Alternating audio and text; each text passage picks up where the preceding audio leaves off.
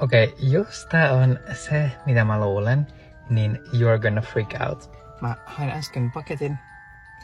Ja jos tää on se, mitä mä luulen, niin I'm gonna freak out, you're gonna freak out.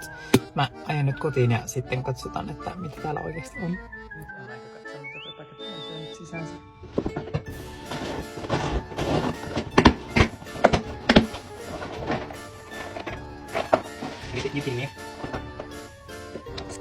Siis mä ostin nää TikTokin Harry Potter-kynttilät, siis rakastan. Nää menee sekä Halloweenina että jouluna. Siis lavit. Toivottavasti ne toimii. Okei, nyt katsotaan mitä täällä sisällä on. Siis onko edes vähän cool? Oikeesti ihanaa. Ja me ollaan todellakin asentamassa nää tänään. Tää on ihan superhyvä. Täällä tuli siis tää siima ja sitten nää, millä ne laitetaan kattoon kiinni. Piti käydä vielä hakemassa vähän paristoja, koska niitä ei tule pattauksissa. Mä aloitin nyt laittaa näitä pattereita tänne sisään. Niin kattokaa. Se toimii! Oh my god! Mä oon niin excited. Sitten mun täytyy ottaa ilmeisesti tää pää pois ja pujottaa täältä sit se siima.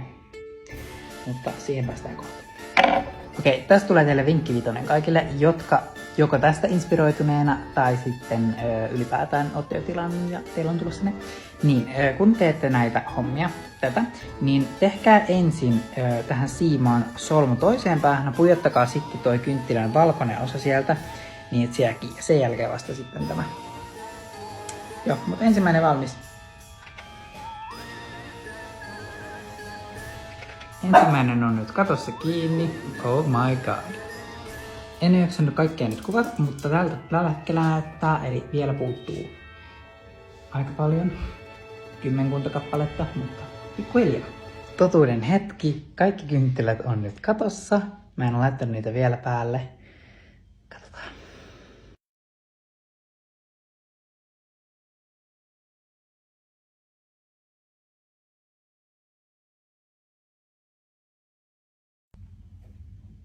Siis this looks unreal. Oikeesti.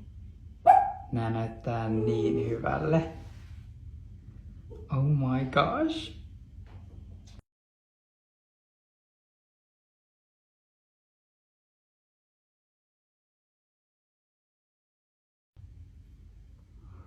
Kelatkaa leffailtat näillä. Siis oh my god. Ja jos et ole vielä tilannut sun floating candles, niin nyt tää on sun merkki. Menee tilanne. Obsessed.